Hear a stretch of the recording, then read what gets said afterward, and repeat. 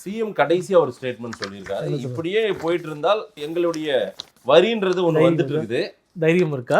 பண்ணீங்கன்னா அடுத்த நாள் அரசாங்கத்துக்கு அழைச்சிட்டு போயிட்டே இருப்போம். என்ன பண்ணுவீங்க? என்ன மிரட்டுறீங்களா? உண்மையதான் சொல்றேன். எங்களுக்கு அதிகாரம் இல்லையா? மத்திய அரசுக்கு அதிகாரம் இல்லையா? இல்ல நீங்க என்ன சொல்றீங்க? இது வரி கொடுக்க மாட்டேன்னு சொல்றீங்க. வரி கொடுக்க இப்ப எஸ்ஜே சூர்யா வந்து உட்கார்ந்து வரி கொடுக்க மாட்டேன்னு சொல்றீங்க. நான் உண்மையிலே சொல்றேன், உண்மையிலே ஆண்மையான ஒரு அரசாங்கம் இருந்தா வரி கொடுக்க மாட்டேன்னு பண்ண சொல்லுங்க, பண்ண சொல்லுங்க. நீங்க வாயில உதார விடுற பார்ட்டின்னு எங்களுக்கு தெரிஞ்சது தானே. தைரியம் இருந்தா பண்ணுங்க பார்க்கலாம்.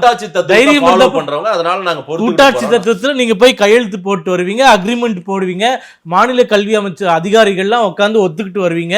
இன்னைக்கு வந்து முடியாதுன்றீங்க. உங்களுக்கு ஒண்ணு தெரியுமா? இந்த மும்மொழி கொள்கையில மாநில அதிகாரிகளே என்ன தெரியுமா சொல்றாங்க?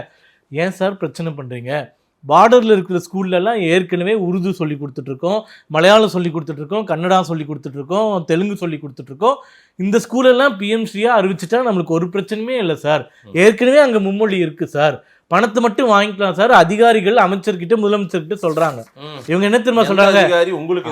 கேளுங்க, உள்ள போய் கேளுங்க. நீங்க இவங்க என்ன தெரியுமா சொல்றாங்க? யோ சும்மா அறியா, பசங்க வாழ்க்கையா முக்கியம், எனக்கு நான் அரசியல் பண்ண போய் வேலையை பாரியா அப்படின்னு யார் சொன்னது? அமைச்சர், கல்வி அமைச்சர், முதலமைச்சர், துணை முதலமைச்சர் எல்லாம் சொல்லி அதிகாரி ரூபத்தில் RSS ஊடுருவல் நிறைய இருக்குது போல தெரியுது. இல்ல என்ன சொல்றேன், மும்மொழி இல்ல இப்ப என்ன இதுல ஹைலைட் கேளுங்க.